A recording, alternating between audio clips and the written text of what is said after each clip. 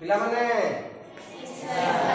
ଆଜି ଆମେ ଦେଖିବା କଣ ଲେଖାଯାଇଛି କହିଲ? ଆମ ମାତୃଭାଷା ମହାନ କି ନାହିଁ? ସେ ମହାନ ମୋ ମାତୃଭାଷା ବିଷୟରେ ଆମେ ଆଜି ଦେଖିବା। ଆମ ଓଡ଼ିଆ ସାହିତ୍ୟର ଯୁଗ ବିଭାଜନ। ଆମ ଓଡ଼ିଆର ଭାଷା ଅଛି କି ନାହିଁ? ଆମ ଓଡ଼ିଆର ଗୋଟେ ସାହିତ୍ୟ ଅଛି କି ନାହିଁ? ସାହିତ୍ୟର ଯୁଗ ବିଭାଜନକୁ ଆମେ ଦେଖିବା। କେବେଠୁ ସାହିତ୍ୟ ତିଆରି ହେଇଛି ଏବଂ ଆଜି ପର୍ଯ୍ୟନ୍ତ ସାହିତ୍ୟର ଅବସ୍ଥା କେମିତି ଅଛି। ଫଟାଫଟ ଆସ ଆମେ ଯୁଗ ବିଭାଜନର ପ୍ରଥମେ କଣ କରିବା ନା ଦେଖିବା କେଉଁ କବିମାନେ କୋଉ ସମୟରେ କଣ ଲେଖିଥିଲେ। ହେଲା କି? ଠିକ ଅଛି। ଯେତେବେଳେ ପିଲାମାନେ ଯୁଗ ବିଭାଜନ କଥା ଆସେ ସେତେବେଳେ ଯୋଉ କବିମାନେ ଯୋଉ ଲେଖକମାନେ ସେମାନେ ଲେଖନ୍ତି ତାଙ୍କ କଲମ ମୂଳରେ ଆମର ଭାଷାକୁ ସଂଯୋଜିତ କରନ୍ତି। ସେତେବେଳେ କଣ ଉପରେ ବେଶୀ ଗୁରୁତ୍ୱ ଦିଅନ୍ତି? ସାମାଜିକ ସ୍ଥିତି, ସାମାଜିକ ଅବସ୍ଥା, ରାଜନୈତିକ ଅବସ୍ଥା, ଭକ୍ତି ମାର୍ଗୀୟ କଥା, ଲୋକଙ୍କର ଚିନ୍ତାଧାରାକୁ ନେଇ କବିମାନେ ଲେଖା ଆରମ୍ଭ କରନ୍ତି। ସେଇ ମାର୍ଗରେ ଆମେ ବିଭିନ୍ନ ପ୍ରକାର କବିମାନଙ୍କୁ ନେଇ ଆମେ କଣ କରିବା? ଯୁଗ ବିଭାଜନ କରିବା। ହେଲା, ବୁଝିପାରିଲ?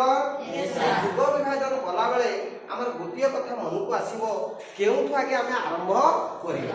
ହେଲା କି? ତେଣୁ ଆମେ ଆରମ୍ଭ କରିବା। ମନେ ରଖ, ଆମର ଆଦି କବି ବା ଆମର ମାଟିର ମହାକବି ଶାରଳା ଦାସଙ୍କ କଥା ମନେ ପଡ଼ିବ। ସିଏ ହେଲେ ଆମର ମୁଖ୍ୟ କବି। ବୁଝିପାରୁଛ କି ନାହିଁ? ତେଣୁ ଶାରଳା ଦାସଙ୍କ କଥା ଯେତେବେଳେ ଆଗେ ଆଲୋଚନା କରିବା ସେଇଟା ହବ ଶାରଳା ଯୁଗ। କଣ ହବ? ଶାରଳା ଯୁଗକୁ ଆମେ ଗୋଟେ ମାଇଲଷ୍ଟୋନ, ମୁଖ୍ୟ ଦିଗ ବା ମୁଖ୍ୟ ଯୁଗ ବୋଲି ଆମେ ଗ୍ରହଣ କରିବା। ହେଲା ପିଲାଏ? ଏବଂ ଯେତେବେଳେ ଶାରଳା ଯୁଗ କଥା ଚିନ୍ତା କରିବା ପୁଣି ତା ପୂର୍ବ ଅବସ୍ଥା କଣ ଥିଲା ତାକୁ ଭାବିବା କି ନାହିଁ? ତେଣୁ ତା ପୂର୍ବ ଅବସ୍ଥାକୁ ଯେତେବେଳେ ଆମେ ଦେଖିବା ସେତେବେଳେ ତାକୁ କହିବା ପ୍ରାକ୍ ଶାରଳା ଯୁଗ। କଣ କହିବା? ପ୍ରାକ୍ ଶାରଳା ଯୁଗ। ଏ ପ୍ରାକ୍ ଶାରଳା ଯୁଗ କେବେ ହେଇଥିଲା, କେବେ ଆରମ୍ଭ ହେଇଛି? କେତେକ ମତ ଦିଅନ୍ତି ଯେ ପ୍ରାକ୍ ଶାରଳା ଯୁଗକୁ ପଞ୍ଚଦଶରୁ ପଞ୍ଚଦଶ ପର୍ଯ୍ୟନ୍ତ, ସପ୍ତଦଶରୁ ପଞ୍ଚଦଶ ପର୍ଯ୍ୟନ୍ତ। ଏବଂ ଆଉ କେତେକ ମତ ଦିଅନ୍ତି ନା ଆମର ଯୋଉ ଐର ଖାରବେଳ ରାଜା ଥିଲେ ସେ ରାଜାଙ୍କ ସମୟରେ ବି ଓଡ଼ିଆ ଭାଷାର ଆରମ୍ଭ ହେଇଥିଲା। ସେତେବେଳେ ବିଭିନ୍ନ ପ୍ରକାର ଶିଳାଲିପି, ହାତୀଗୁମ୍ଫା ଲିପି, ତାମ୍ରଫଳକ ଲେଖା, ଲୋକକଥା, ରାଜାମାନଙ୍କର କାହାଣୀ, ହେଲା କି? ଇଏ ସବୁ ବିଷୟରେ ସେତେବେଳେ ବି ତଥ୍ୟ ରହିଛି। ଲୋକମାନେ କିଛି କଥା କହିବେ ନା ନାହିଁ? କିଛି ଲେଖା ଲେଖି କରିବେ ନା ନାହିଁ? ସେଇ ସମୟରେ ଏଇଟା ସବୁ ଲେଖୁଥିଲେ। ଏବଂ ସେଗୁଡ଼ା ସବୁ କଣ କରାଯାଉଥିଲା ନା ମଠ ମନ୍ଦିର ମାନଙ୍କରେ ମହନ୍ତ ମାନେ, ପୂଜାରୀ ମାନେ, ବ୍ରାହ୍ମଣ ମାନେ, ବୁଝିପାରିଲେ କି?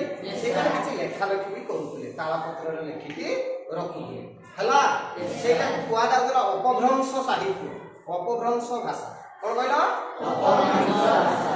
ସେଇଟାକୁ କୁହାଗଲା ପ୍ରାକ୍ ଶାରଳା ଯୁଗ। କଣ କୁହାଗଲା? ପ୍ରାକ୍ ଶାରଳା ଯୁଗ। ସେତେବେଳେ ଦେଖୁଛ କେମିତି ସାହିତ୍ୟ ଥିଲା। ପର ମୁହୂର୍ତ୍ତରେ ଆମର ମାଟିର ମହାକବି, ତାକୁ ଆଦିକବି କହିବା, ସିଏ ସୁବ୍ରମଣ୍ୟ ଶାରଳା ଦାସ। ହେଲା, ସିଏ କଣ କଲେ ନା ତାଙ୍କର ନାଁ ତମେ ପଢିଥିବ, ତାଙ୍କୁ ସିଦ୍ଧେଶ୍ୱର ପରିଡ଼ା, ତାଙ୍କର ଜନ୍ମ ନାମ ଥିଲା କଣ?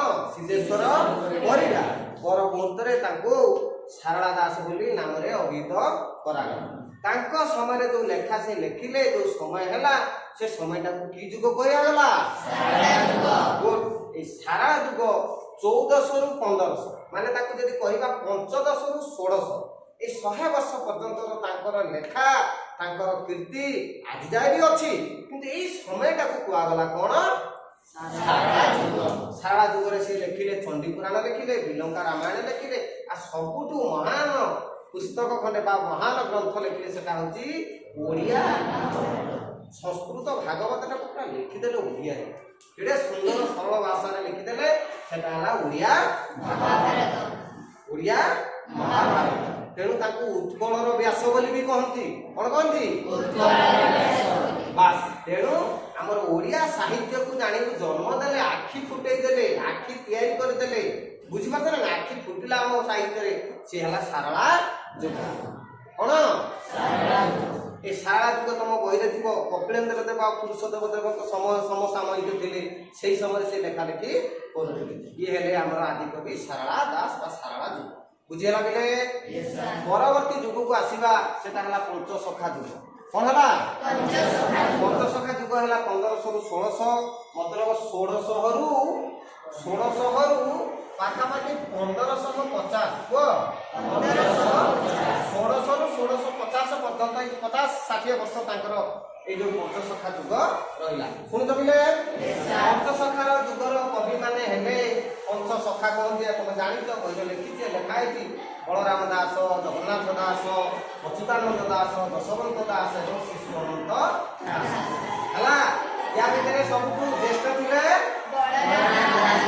আর সবু শ্রেষ্ঠ ଥିଲେ বলরাম দাস লেখিলে লক্ষ্মী পুরাণ লেখিলে ঘরে ঘরে লক্ষ্মী পুরাণ হচ্ছে কি নাই এবং জগন্নাথ দাস ওড়িয়া ভাগবত অচ্যুতানন্দ দাস লেখিলে মালিকা যশবন্ত দাস লেখিলে টিকা গোবিন্দ চন্দ্র শিশু অনন্ত লেখিলে ভক্তি মুক্তি গীতা ইয়ে হেলে পঞ্চসখা পাঁচ জন কি নাই সময়টা গোটে ভক্তি মার্গীয় যুগ কুহগলা কি যুগ ভক্তি মার্গীয় যুগ সমস্ত বৈষ্ণব ভক্ত হেলে বিষ্ণুকে পূজা কলে ভগবান রামকে পূজা কলে ভগবান কৃষ্ণকে পূজা কলে ভগবান জগন্নাথকে পূজা কলে বুঝিও কি নাই তো চন্দ্র শিশু অনন্ত লেখিলে ভক্তি মুক্তি গীতা ইয়ে হেলে পঞ্চসখা পাঁচ জন কি নাই সময়টা গোটে ভক্তি মার্গীয় যুগ কুহগলা কি যুগ ভক্তি মার্গীয় যুগ সমস্ত বৈষ্ণব ভক্ত হেলে বিষ্ণুকে পূজা কলে ভগবান রামকে পূজা কলে ভগবান কৃষ্ণকে পূজা কলে ভগবান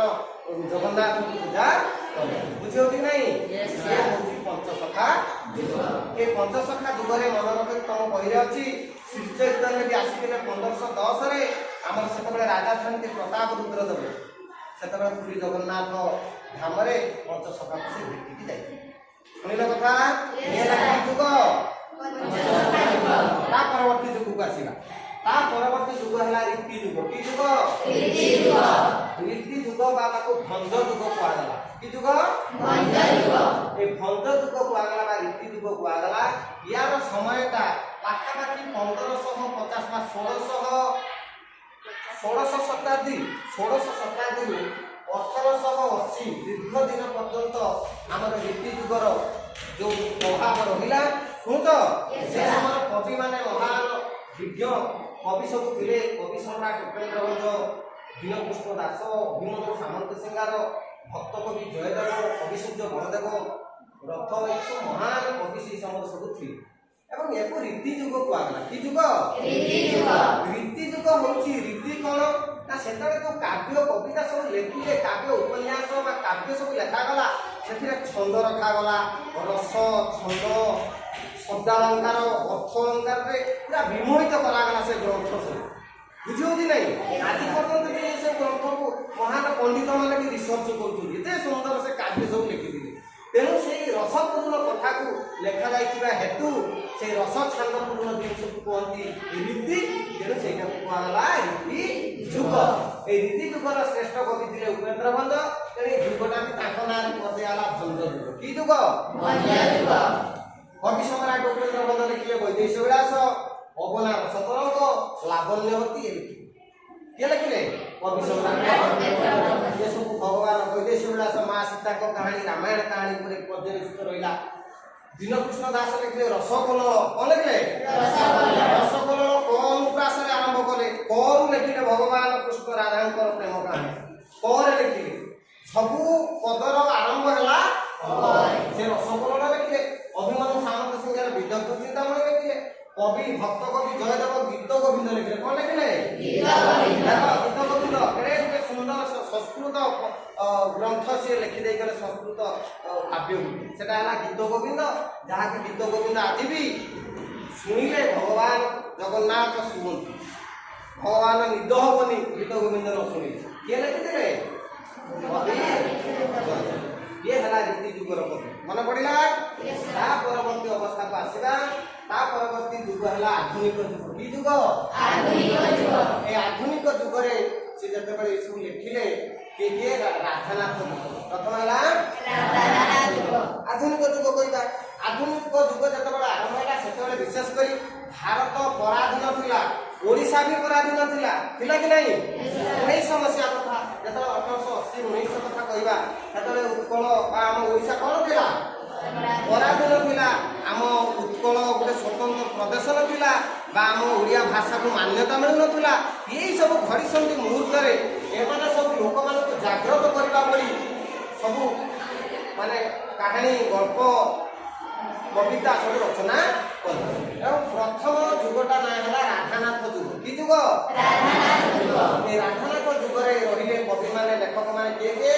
ନା ରାଧାନାଥ ରାୟ, ବ୍ୟାସକବି, ଫକୀରମୋହନ ସେନାପତି, ଗଙ୍ଗାଧର ମେହେର, ମଧୁସୂଦନ ରାଓ, ଏମିତି ଅନେକ କବି ଅଛନ୍ତି ତାଙ୍କ ଭିତରେ ସମସାମୟିକ ସେ ସବୁ।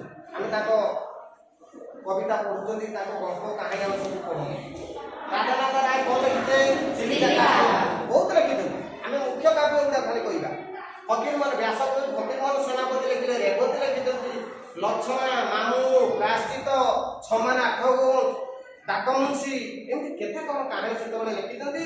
ସେ ଲେଖିବାର କାରଣ ହେଉଛି ଓଡ଼ିଆ ଗୋଟେ ଜାତି ହେଇକି ରହୁ, ଓଡ଼ିଆ ଗୋଟେ ଶ୍ରେଷ୍ଠ ଜାତି ହଉ, ଓଡ଼ିଆ ମାନେ ପଢ଼ନ୍ତୁ, ଓଡ଼ିଆ ମାନେ ଶିଖନ୍ତୁ କହିକି ସେ ଲେଖିଲେ। ଜାତୀୟତାବାଦୀ ଲେଖା ସବୁ ଆରମ୍ଭ ହେଲା। ଗଙ୍ଗାଧର ମେହେର ଲେଖିଲେ ତପସ୍ୱିନୀ କାବ୍ୟ। କି କାବ୍ୟ? ତପସ୍ୱିନୀ କାବ୍ୟ। ସେଥିରେ ବି ରାମ କାହାଣୀ ଅଛି, ସୀତା ମାତା ସୀତାଙ୍କର କାହାଣୀ ସବୁ ରହିଛି। ତପସ୍ୱିନୀ କାବ୍ୟ ଲେଖିଲେ। ମଧୁସୂଦନ ରାଓ ବର୍ଣ୍ଣବୋଧ ଲେଖିଲେ। ଏମାନେ ହେଲେ ରାଧାନାଥ ଯୁଗର କବିମାନେ। ବୁଝିପାରିଲେ? ପରବର୍ତ୍ତୀ ଯିବା। ପରବର୍ତ୍ତୀ ଯୁଗ ହଉଛି ସତ୍ୟବାଦୀ ଯୁଗ। କୋଉ ଯୁଗ? ସତ୍ୟବାଦୀ ଯୁଗ। ସତ୍ୟବାଦୀ ଆମର ଯୋଉ ପୁରୀର ସତ୍ୟବାଦୀ ବନ ବିଦ୍ୟାଳୟ ହେଇଥିଲା, ସେ ବନ ବିଦ୍ୟାଳୟ ସ୍କୁଲ ହାଇସ୍କୁଲ ହେଇଥିଲା। ସେ ସ୍କୁଲର ନାଁ ହେଲା ସତ୍ୟବାଦୀ ବନ ବିଦ୍ୟାଳୟ। ଐତିହାସିକ କାହାଣୀ, ସେ କାହାଣୀ ଶୁଣିଲେ ଆଜି ବି ଓଡ଼ିଆ ମାନଙ୍କ ଲୋମ ଟାଙ୍କୁରି ଉଠେ।